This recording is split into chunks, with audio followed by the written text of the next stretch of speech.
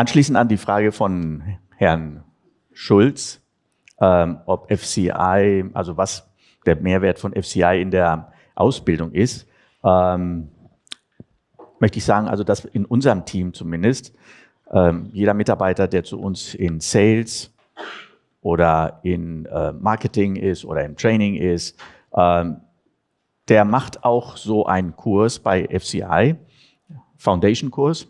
Das ist jetzt nicht Werbung für FCI, aber es hilft eben, dass die Mitarbeiter eine Sprache lernen. Wir wissen ja, dass auch im Factoring manche Begriffe eben vielfach gedeutet werden und dann eben so eine Art unterschiedliche Sprache zwischen beiden Parteien entsteht. Und FCI hat, ich sage jetzt mal, so eine Art Lingua Franca entwickelt und die Mitarbeiter sollen diese lernen, sodass, wenn sie mit jemandem irgendwo auf der Welt in ein Gespräch kommen, dass sie dann eben diese eine Sprache lernen. Und das lernt man bei FCI im Foundation Course. So I was saying, all our staff in marketing, sales, training is taking the foundation course from FCI, because what they learn is to speak the one language that everyone, whether it's in Germany or in I was saying about in Cote d'Ivoire or in Guatemala, if they have taken also the same training, we speak all the same language, and then we can understand each other on what we mean to each other. So I can recommend it to everyone. All right. We have a very interesting panel today because it's about our partners. When I joined efcom 2.5 years ago, I joined with the strategic intent to grow a small organization, which is efcom, compared to bigger ones, into a large one. So from small to large. Federico, make it large. But this is only possible with the help of domestic and international technological and commercial partners. Our technological partners were to bring technology, of course, that would enhance our current product lines on a vertical, but also on a horizontally way. We need more from what we already have. I was talking about the search of talents. Sometimes you can say the war on talents. So we need more on what we have, but we also need expertise and skills and solutions in areas where we're not strong enough, or we will not develop ourselves at the foreseeable point in time. On the other hand, when you want to also grow on international markets, like Betul was saying, the world is large and big, you could in theory hire a bunch of people and send them to different countries and the hubs that you were mentioning, right? Here you go, develop the market. But we decided instead to trust on professional partners or organizations in our key markets to be our local ears and eyes and presence to promote, sell and service our solutions. So instead of hiring many people to do that, we rather work with people who know their markets and work with them. So over the last 2.5 years, we have now achieved commercial presence in some 20 cities on 5 continents, really, from Washington, D.C. in the United States, in North America, Jalisco, which is in Mexico, but also Lagos or Cairo in Africa, several cities in Europe, such as Barcelona, we'll see that in a minute, Sofia or Ljubljana, Beirut or Dubai in the Middle East, Mumbai in India, Singapore in Southeast Asia, or Melbourne in Australia. So 5 continents. Here we go. From a technological perspective, we have integrated with companies providing artificial intelligence, OCR, or cloud technology. Today, I will have 5 panelists with me representing not all, but an important sample of these partners. Partnership at efcom is a give and take. So it's not only sell my products and we're happy. No, we give intake. So it's at the end of the day, both partners have to win. I can't talk a lot about it, but you will hear now what we mean by that. And let me start with factoring expert matching. The company with Tech4Fin, with factoring expert matching. 10 years ago, my friend Jose, he's sitting next to me, called me up from Barcelona. So now we know he lives in Barcelona. And yeah, we have been friends and close friends for almost 30 years. It's when we say that it's fun, but yeah, I don't know, 30 years.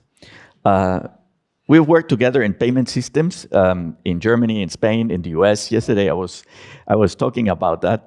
So, what's your background? And yeah, we worked in transaction processing, payment systems. Long story. So, yeah, Germany, Spain, US, and other countries. But when he called me up after chatting for some time, I asked him what he was doing by then, and he told me he was working with a very innovative Catalan company in the area of ATM, so automatic teller machine, cash machines. Transaction processing, okay, what we were doing before. AML, so money laundry stuff. And factoring, okay. To be honest, factoring didn't mean much to me by then. And then he said they were using artificial intelligence, algorithms in their applications. I'm an engineer. Jose is also an engineer. So I was really thrilled by that. And the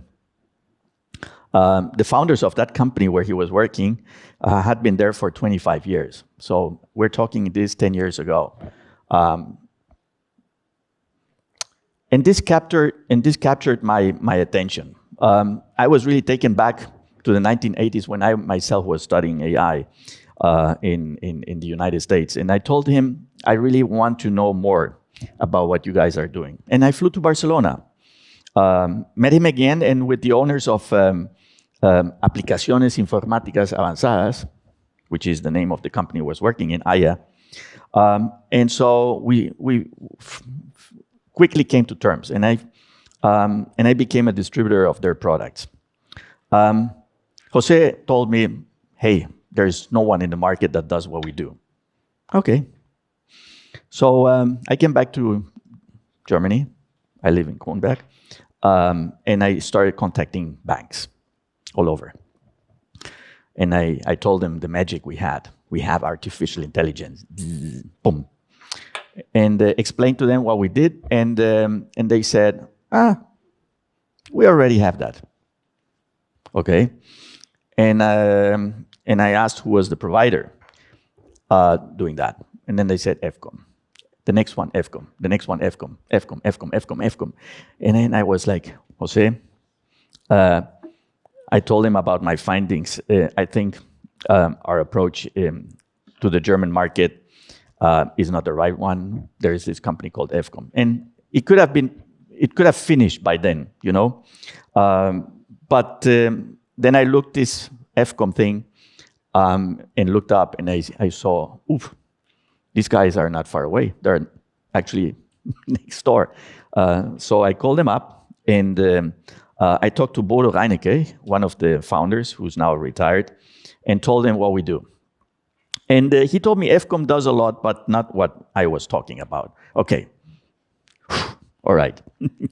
So I met with Bodo and their team, and we found out that we like each other from a professional, but also from a personal point of view, and then initiated a working relationship.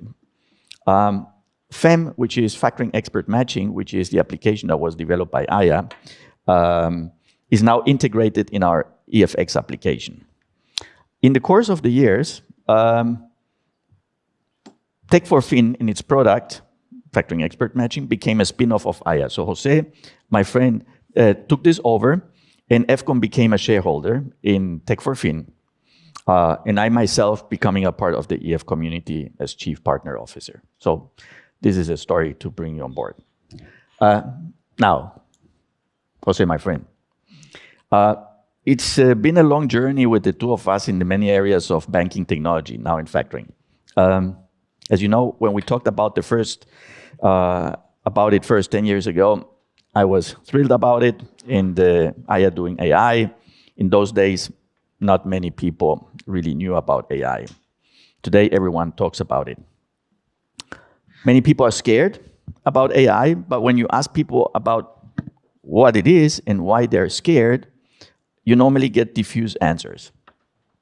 Perhaps you could give us some light into how Aya got into AI and factoring, what benefits factoring expert matching has for the factoring community, where it is today, and why no one should be scared, or perhaps they should.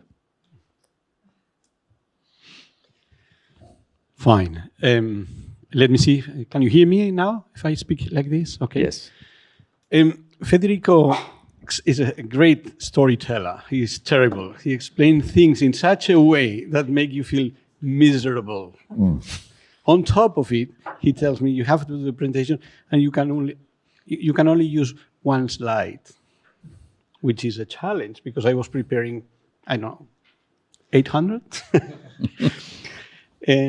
But okay, conclusions. Okay, let me. I'll try to take you by the hand in a little story on how we got to this point and why artificial intelligence brings value, and shouldn't be scared about it if you handle it properly. It's like a knife. I mean, a knife can be dangerous, but you have to know how to use it. And artificial intelligence has many, many, many sides. First point here, and first conclusion from a human point of view is very clear. Keep friends. The world changes, but friends stay. I mean, this is a tremendous example. It's a community around factoring with many, many opportunities, and it's something that we believe it's very, very valuable. I really appreciate very much what efcom does to bring together the community and give the chance to interact. And with Federico, we've been working in this world and we understand each other very well. And with Arnulf and Oli and all the troops, we really believe that we can be a very, very powerful team. Now, let's put it this way. You have to do a 1,000-kilometer trip. What do you prefer? Do you prefer to use a bicycle or you want to use an aeroplane? Artificial intelligence is a tool in this respect that helps you to do lousy, repetitive, complex jobs.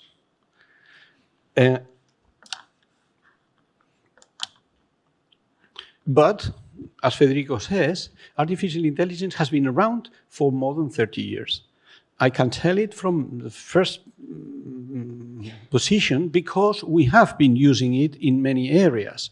We were using it in fraud detection, in cash forecasting for the ATMs. We were using it in anti-money laundering profiles, patterns of behavior, deviations, balancing multiple criteria. This is artificial intelligence. I think that today we are, in the world, people are tending to use buzzwords. Buzzwords that are words that give a ring attention, and artificial intelligence has become one of those. But there are many levels, there are many intelligences. So I'd say that you have to find the right application for the purpose. The first point is you need to understand what is your problem and then decide if it's a good thing or not to have artificial intelligence to help you. Just to understand why in 2023 artificial intelligence is in a big bang. Really, we can see it all over. We see it in the newspapers, we see it in the media, we see it, there is all sorts of new uses of the technology that can make a big difference, have a very big impact. What is the reason why this is here today? Why this is happening today? It's the confluence of three factors. Internet, allowing to interconnect all the computers in a very easy way. The digitalization, the fact that you can today images, videos, all sorts of elements, you can digitalize and send them over. And then the third factor is computing capacity. Some years ago, it was not possible. Some years ago, today we have in a microprocessor of a smart card, we have the power of the computers of 20 years ago. The biggest computers had that capacity. So things have changed in that respect. So today, artificial intelligence is a tool that is available and can be used easily in brackets, really. Because sometimes you have to integrate it in your own schemes, your own databases, your own flows, your own processes, your own security measures and everything, okay? Now, why AI connects in factoring? FEM, Factoring Expert Matching, is our product, it's our tool. So it's a product of Tech for Fin, coming from AIA, that is today partner and participated by efcom. So efcom is owner as well of FEM. FEM, it stands for Factoring Expert Matching, and can be on standalone or integrated in the host, in the factoring host. Okay. It started. Why it started? It started, as always, with a human factor. It started because one big bank that was customer of ours, it was Bank of Sabadell, was facing a problem. There were several ladies handling the payments in the organization, and two of them were pregnant, so were delivering a baby in short time, and the third one got ill. So they were scared. They said, my God, what are we going to do? All the knowledge of processing is within these people, these ladies, and they are going to be away for some time. How can we survive? Do we employ more people, or do we ask and we look around? They looked around and they did not find a tool that convinced them to match the payments to the invoices. And they asked us, because we had produced for them an allocation system for the payments of credit cards, and we developed FEM. We developed it with the knowledge of the factoring and the knowledge of artificial intelligence. We developed FEM. In the beginning, we put it only in standalone, because we did not want to interfere with host. Host is always complex to evolve and complex to very delicate, and we want it to always to run very fast, but not in a flexible way. So in middleware, we put FEM. Okay. Here, the question is very precise and very simple. Connecting payments to invoices. The question here is, when you receive, as factors, when you receive a payment, do you have easily connect the payment to the invoice or the invoices? If the answer to that question is yes, it's immediate, you are all set. You don't need FEM or any artificial intelligence tool on that respect. If the answer is not yes, if you have to dedicate resources to this work that is tedious and it's every day. So every day you start, and every next day you have another 300, 500 payments to process. If if you have difficulties in connecting the payments to the invoices, FEM is a tool that can help you. Okay. This is really the point. So just to give an insight, and I'll pass to the next speaker, how does this happen? Why is the magic of FEM or artificial intelligence applied to the factoring? It integrates multiple balanced criteria.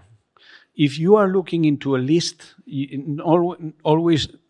tend to put them in order, in a hierarchy. And in this case, there is no criteria and there is no hierarchy, because a payment can come from the debtor, or can come from the client because he has received the money before. Can be that he's paying one invoice in advance, can be paying late, can be paying multiple invoices. So the casuistics are very, very varied. So you cannot establish one single criteria. And FEM, what it does, it takes 5 different criteria and they balance them and they integrate it into one that is the relevant one. It's like a compass that gives you the north. So it's giving you the right direction. It's filtering information that is useless or wrong. When you receive payments, you know that there is fields that are open fields, they are not structured, and then they can put whatever.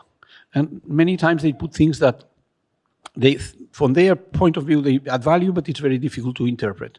So FEM takes this value, this information, and process it as one of the extra criteria, and learning automatically. So the next day, all the knowledge that the system has extracted is embedded in the system and starts with more power.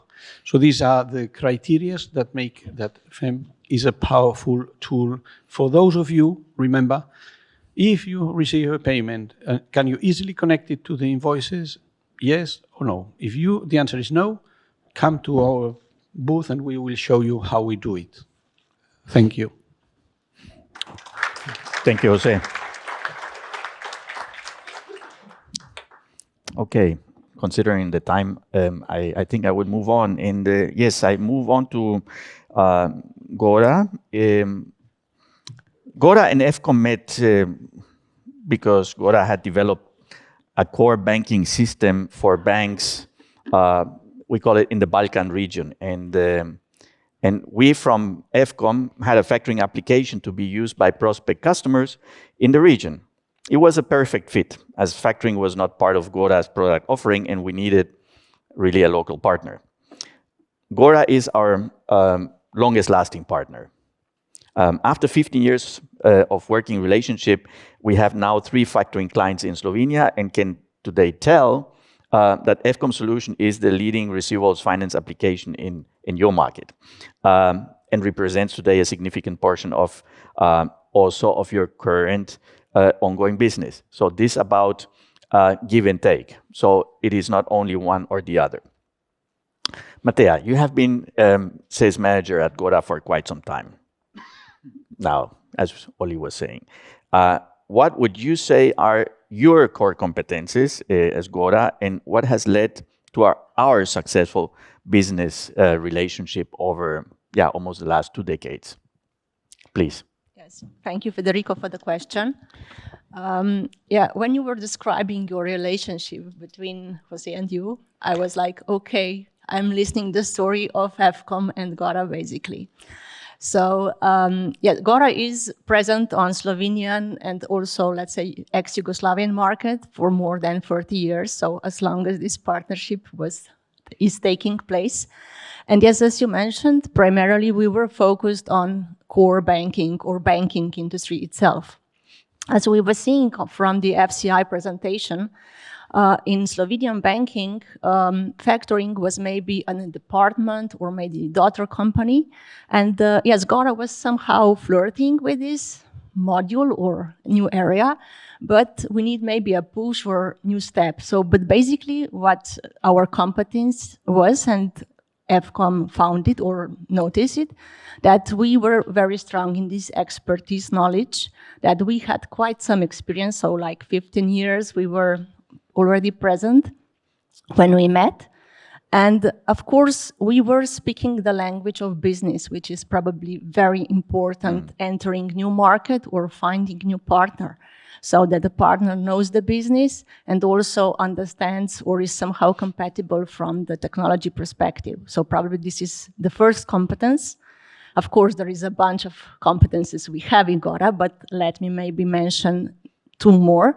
So beside this expertise, there is somehow the long-lasting competence, which is the trust. So the trust itself doesn't come just like that. So you have to run several or at least one successful project. It was one project we held together and it was very successful. So that was like a beginning of our story. That's why we somehow convince each other or learn how we work with each other, which is very important. And this is also somehow a good recipe for the future, having this trust within the partners. And the last but not the least is that we have the possibility to grow, so that we have like this common support. You also have in your somehow motto that you help your customers grow, and we also see that within the partnership, this successful cooperation grows is a growth for both of us. So this is like the competencies, let's say, that we support each other into this partnership to compete the other competitors and also to gain new markets. Cool. Thank you. Thank you, Matea.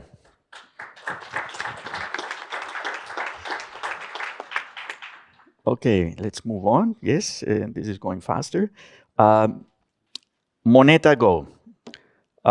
Maybe you have heard of that name before, maybe you have not. I have to go back in time again, storytelling. In 2016, Tech for Fin and EFCOM introduced the Jornadas Factoring en la Era Digital. So Tech for Fin, EFCOM. Jornadas Factoring en la Era Digital, which translates into Factoring Conference in the Digital Age. This year, in 2023, we held the seventh event. Very well attended by the Iberian and slightly also by the Latin American factoring community. But it was during that particular first event, Jose, in 2016, when a representative from the Spanish bank BBVA, Banco Bilbao Vizcaya Argentaria, yes, asked the question, Federico, if you guys are so smart, could you also have a solution to the problem of identifying double-pledged invoices in the market? And I was like, okay. And I told him, yeah, it's quite simple. You know, the Spanish factoring players would have to send us file copies of their purchased invoices in real time, so we gather all of them. And then we would then provide the given factor an alert if the invoice had been purchased before. So they listen and they say, we don't like that. This solution is not acceptable for the industry because it would disclose the data and they were not ready to disclose. I said, okay, then no solution. Keep trying. For me, the topic was done until a few weeks later. My son, Alessio, called me up and urged me to buy Bitcoin. It was going to be the next hype, Papa. Buy Bitcoin. Just a note. 2016, Bitcoin was trading at $400 US. So I looked into the Bitcoin and learned that a yet unknown individual called Satoshi Nakamoto had developed it, so that Bitcoin thing. But when I looked at the concept, I thought, to me this looks like a Ponzi scheme to take other people's money in an anonymous way. So I said, nah, I'm not buying Bitcoin. Am I crazy or what? But what I really liked from it, engineer, behind is blockchain. So I looked at the technology that he was using as, oh my God, this is super fun. And once I understood how it worked, I saw it was going to solve the double-pledged invoices topic of BBVA. or the factoring, Spanish factoring industry. So wrote a white paper, and we found a company in the Netherlands that actually developed the blockchain for us.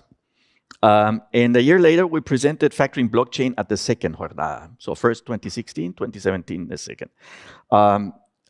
In 2018, the members of the Spanish Factoring Association endorsed the solution. So you said, wow, this is mega. We want it. But we are super excited. The board of the association would reject it. And we're, of course, super destroyed. You know, you have a problem, you solve it, everyone is happy, and then, poof, we don't want it. Okay. Super disappointing. Then COVID came, and it was not until 2021, so 2 years ago, that we learned that the Spanish association had taken our idea but wanted to implement it themselves. Basically reinventing the wheel, more complex, more expensive, but it's theirs. Okay, as we know, sometimes the same product is invented in different locations at the same time. We all know the telephone was invented by Alexander Graham Bell, and he patented it in 1881. Why I'm telling this story? Because a Frankfurt physicist, Philipp Reis, who presented his product called telephone, in this case, 15 years earlier, without a patent. Okay, Moneta Go and us had been in the same issues, identifying double pledge invoices using pretty much the same blockchain technology. Us in Europe, and then Moneta Go in Singapore. At the same time, without knowing from each other. The difference, however, was Moneta got funded and found the Association Bank of Singapore as their partner to launch the project. So they were lucky, we were not. Miguel, you're now managing director Europe at Moneta Go, and we know each other, friends, each other for some 5 years now. When you were manager at NFQ, from my intro, of course, it became obvious that we strongly believe in protecting the industry using high-end technology. But much has changed since you moved from NFQ to Moneta Go. And now efcom and Moneta Go are partners. And partners to promoting the solution. We believe in it, and of course you believe in it. Could you give us a short picture of where Moneta Go is today, where a technology and market presence point of view, and how Moneta Go sees the partnership with efcom in diffusing this innovation in the factoring space? Yeah. Thanks, Federico, for the intro and the story. Hi, everyone in the efcom community. I'll try to be quick. So first, I would like to introduce what we do at Moneta Go, because probably most of you will not know anything about us. We are the only company that has a fraud prevention system live in the industry since 2018. Our solution, that is called Secure Financing, combines the deduplication engine that Federico explained with some other features like authentication and some digitalization and fraud prevention measures. But as our partnership is focused on fraud prevention in factoring, the feature that suits the most or suits better is the document deduplication engine. Basically, what it does is allows different financial institutions to compare documents that are about to be financed, and those could be invoices, purchase orders, bills of lading, warehouse receipts, so several types of documents.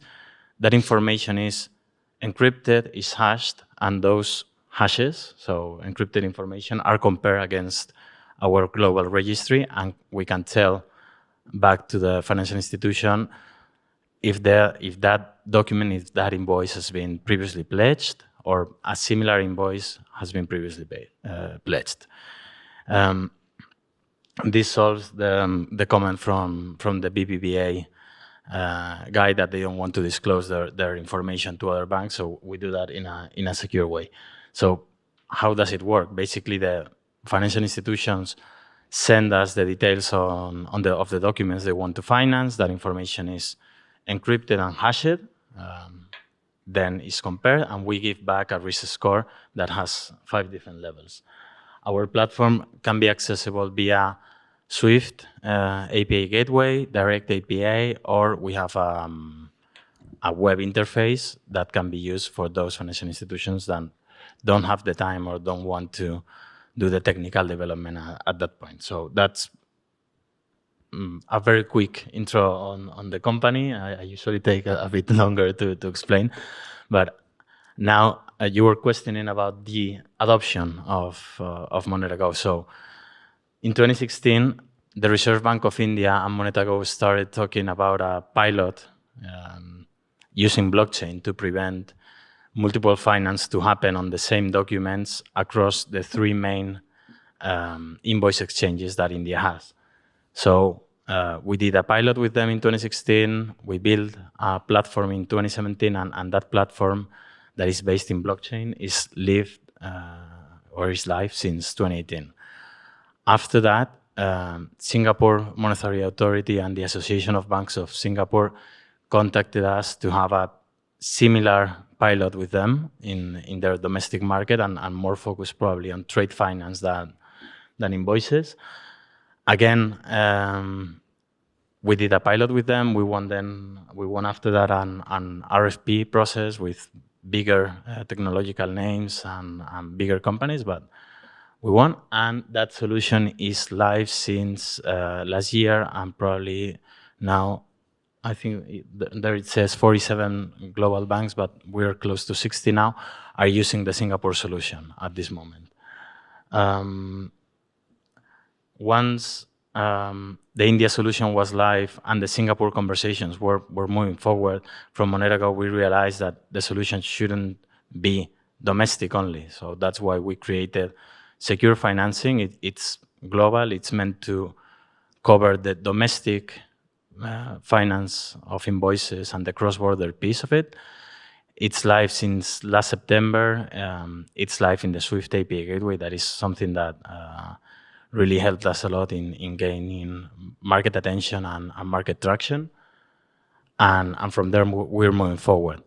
In that market adoption project, we're talking with banks, we're talking with organizations like FCI, like ICC UK, ICC Germany. Actually, today, a white paper was launched with ICC Germany on shutting fraudsters out of trade. I can share the links with any of you if you're interested.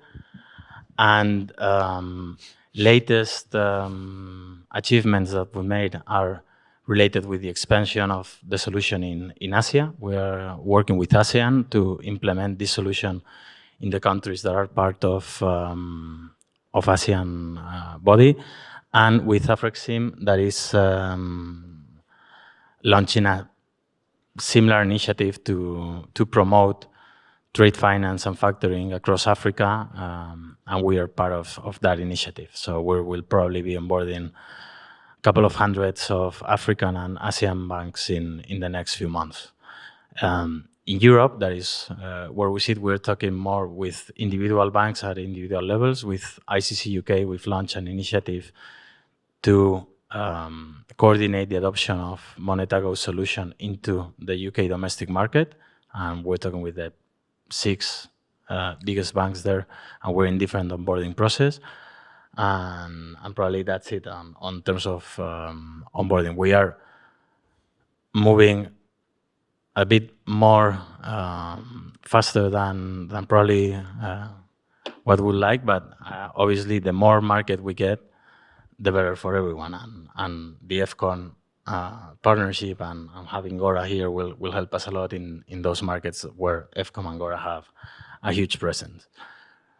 From a technological evolution perspective, as I said before, the India solution was based in blockchain, but due to scalability, cost, and latency issues, we moved, first we moved from one blockchain to another, from Hyperledger to Corda, and the global solution is not based on blockchain, but it keeps some of the principles like securing the information, anonymizing it, and comparing it in a private way.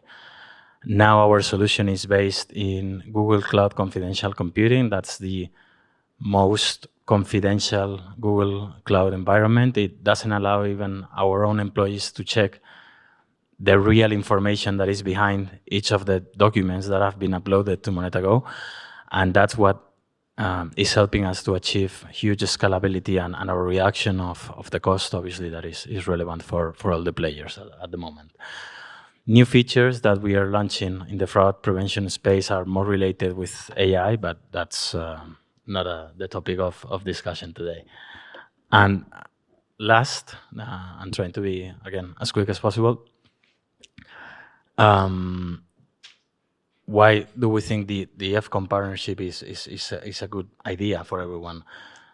First, because our main mission as a company is to prevent fraud in trade finance, factoring, and working capital. Fraud is happening from time to time in different countries, but following similar patterns. And basically, what we can do with efcom, with Cora, is help the customers or the markets in which they have presence to adopt these solutions in an easy way without disrupting a lot their daily operations and keeping banks safer, reducing fraud rates, and probably making that financing from being fraudulent to the right companies. So that was it. Thank you. Thank you. I have a question, Miguel, and this is not planned. So maybe you have the answer. I'm curious to know, because the system is running, banks are already in. Can you tell us how much fraud you have detected in your systems? To use the word fraud is kind of or potential risky. Fraud? Potential fraud or multiple finance attempts. Exactly. Are over 1.06%. That doesn't seem like a big number, but if you look at the volumes that FCI shown, that's a huge impact for companies. Of course. And depending on the company size, if you are hit by one of those cases, you can be defaulted. Of course. That 1.06% raises at the end of the quarter, like the traditional factoring business, and at the end of the year. And on those dates, we have peak duplication rates about 11% on a single day. That is a lot. Okay. Again, so if anyone has questions, we can discuss later. I have a desk on the back. I'm happy to explain. So the idea here is together our solution EFX connected directly with the Moneta Go system to all our clients. So we're going, or we're intent to start a pilot in one of the markets where we're strong. Guess where? And then move on to other markets. So this is also part of the 2024 outlook. Let's move on. Oracle. When Jose, Maria, and I met Anulf 10 years ago, and Anulf was explaining to the two of us who had really no idea of what factoring was. So he explained to us what it is, how it works, and how efcom and EF3, now EFX, works. And what technology was used. The name Oracle came up a few times. And okay, we asked why Oracle, and knowing Oracle is also known for its pricier licensing costs and policy. And the answer was very simple. With Oracle, we're able to process large, vast amounts of data in a very short period of time. And guys, this is a mass business, okay? Okay, so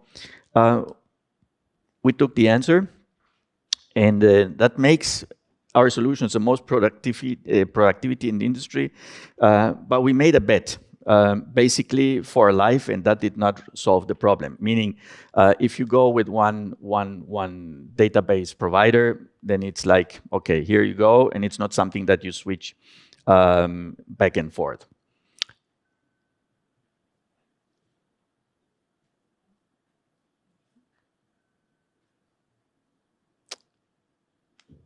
Yeah, it made the sell very difficult though for us, because we went out there selling and everyone said it's very, very costly or even impossible to sell.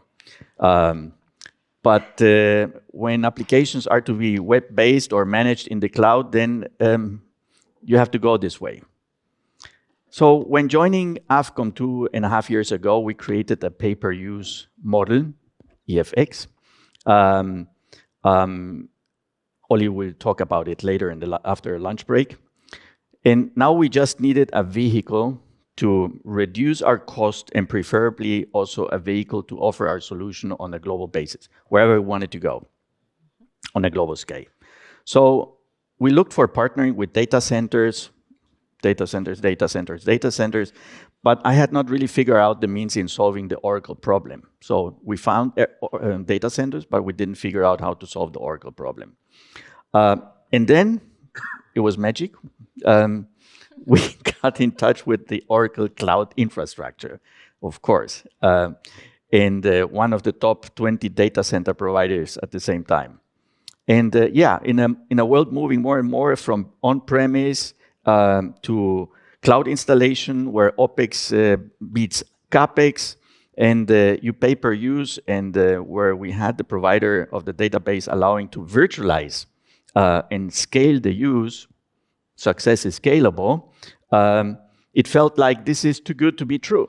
And it felt even better because we also found a great dedicated team to help us getting up and ready. So here we go. Dana, not Dora, is our Oracle sales representatives, and although she was raised next door in Offenbach, we communicate most of the time virtually. She's headquartered in Malaga. Nice. We now know for over a year, but it feels much longer. Dana, can you tell us what OCI is and why the partnership with efcom is so perfect for you, but also for us? Of course I can. Thank you so much for having me here. I'm representing today 135,000 employees, as Oracle is one of the leading technology companies. I'm not alone here. I'm in best company because back there also my colleague Maria came. She's raising the hand. She's going to present later a bit on AI, but I'm going to give you just like a heads off of what is the Oracle Cloud.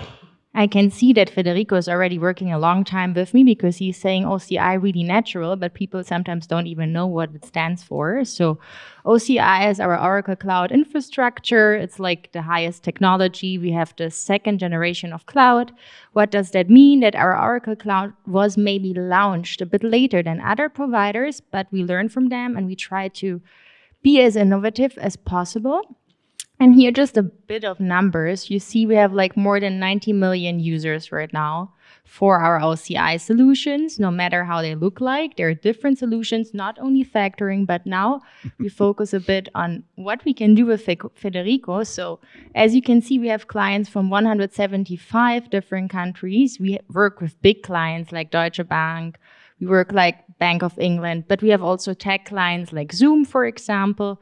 And also Federico told us success is scalable. What does that mean? That like basically, as he said, his application worked really good, really great all the year on premises with the database, but how can we make it more scalable and more easy and also kind of offer it to all our clients? We heard about Sharia, we heard about different countries, we heard about expansion. So how can we make all of this possible?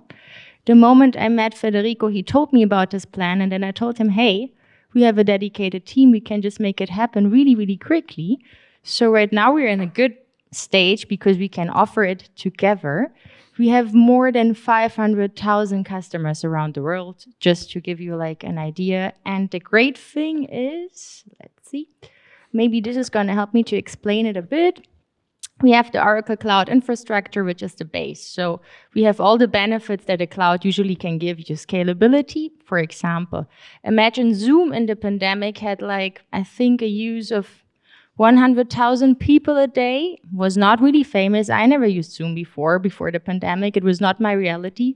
But then from one day to another, people had to have digital conferences, they had to speak to each other. So we could scale Zoom up to a usage of 300 million people a day within 2 days. So if Federico is speaking about scalability, everything is possible, from really small to really big, pay per use, whatever needs and whatever you request. So that's like a cool thing where we came together. We are available. What does that mean? That we have data centers around the globe. We have data centers in Riyadh, where I know the Sharia is like a high topic. We have data centers here in Frankfurt that they are separated with availability domains and fault domains, so they're really, really safe. We have also safety in the cloud per default, which I understand, especially in the finance sector, we're dealing with really, really important data. So safety is a big issue. We have all the certificates, and all of our benefits we offer are connected with efcom's AFX, because now Federico is hosting his application also in the cloud. And together, like the clients of efcom, they experience like the package deal, the partnership. No, they experience everything that Oracle offers on top with the innovation that efcom offers. And both together, we try just to help and be really present. And as you can see here, as I know also that Federico is traveling a lot and people are here from Slovenia and from all kind of the world, this is like really something we can make happen as we have data centers across the globe. So this was just like a short overview about the Oracle Cloud, and I just hope it made you a bit understand what we can do together. Thank you, Dana.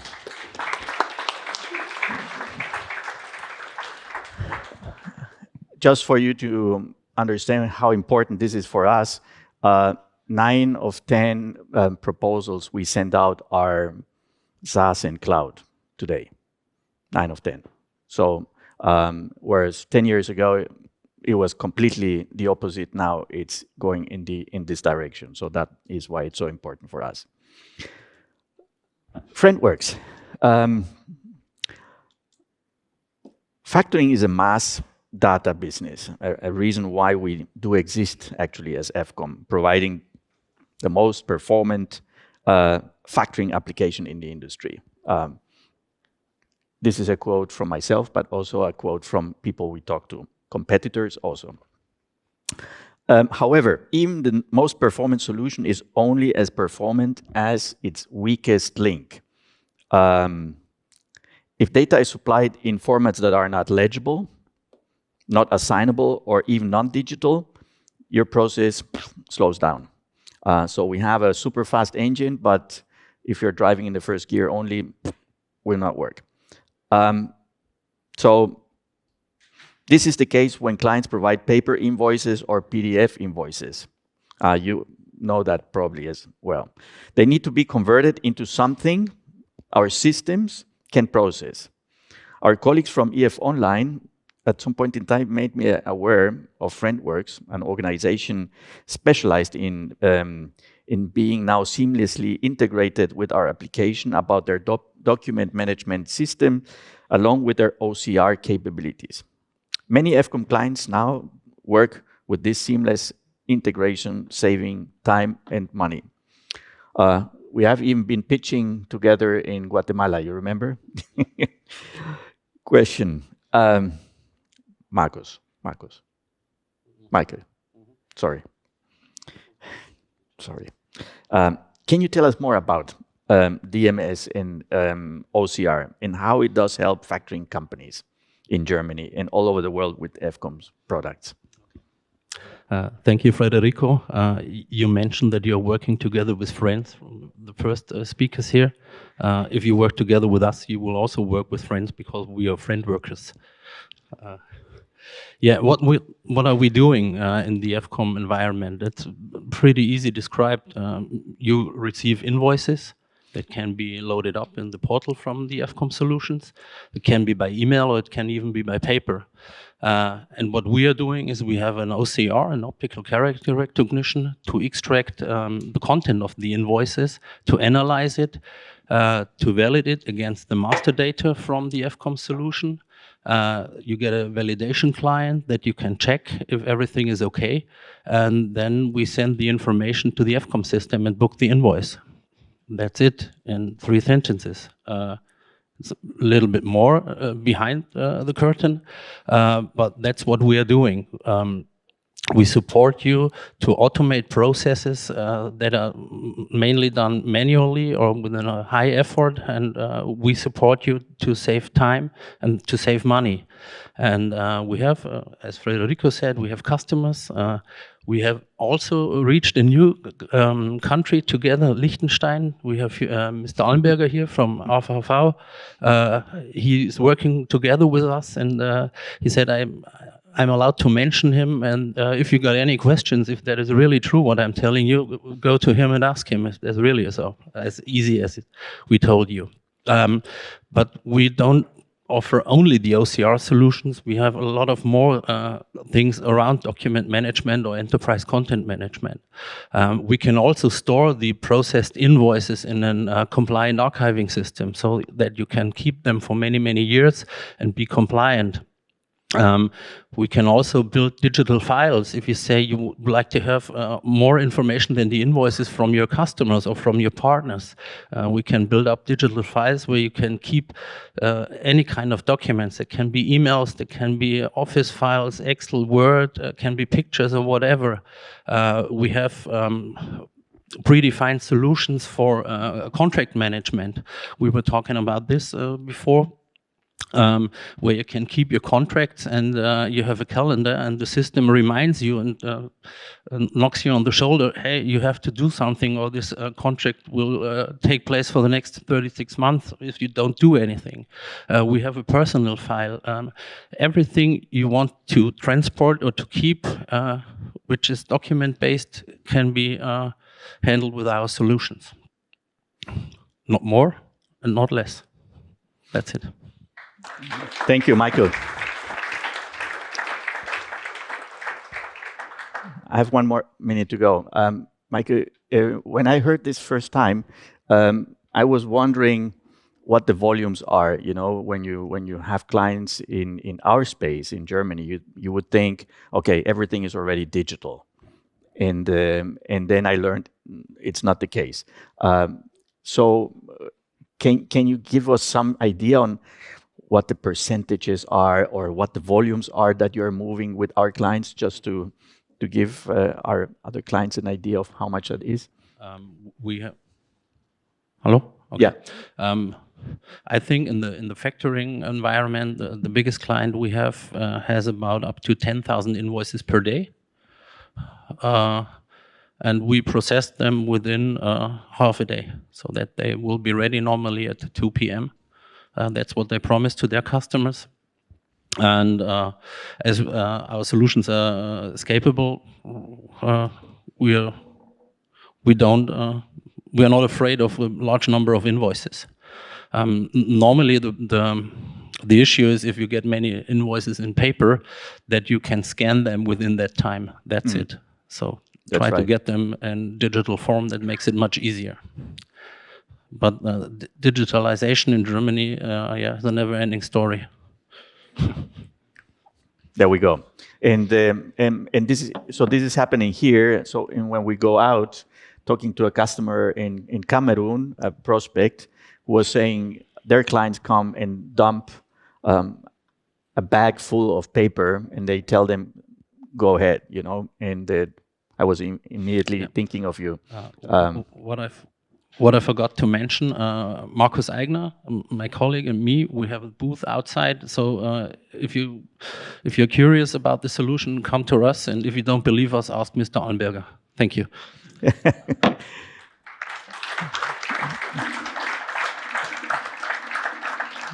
All right. Where's the cube? Any questions to any of the panelists? 10, 9, 8. Okay, they're all around, have their booth, and can show you whatever you like to see behind that wall over there. Or yeah, thank you so much. And I pass the word to Oli again. Oli. Thank you. Thank you very much for your speeches, for all your information. And Florian will now give you some presents and a thank you for being on stage and supporting us. Before we start into the lunch break, I like to remind you of two things. After the lunch break at 1 o'clock, we will start the parallel sessions. So you will have the possibility to join two different speeches of your interest. And normally we thought the first round would be in German language and the second round in English language, but it depends on the participants in those groups. So we will have the EFX and newbies of EFX in the big room here. Besprechungsraum 4 will be EF Online. It's located in the back. Besprechungsraum 5 will be Mr. Faber. And our project management will introduce themselves in the room EDV Schulung. And now we're going to do something which we did not do before, and we try to be really, really quick. We all will go outside and make one photo with all of us together. Yeah?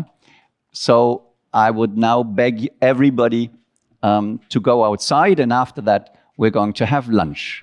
Thank you.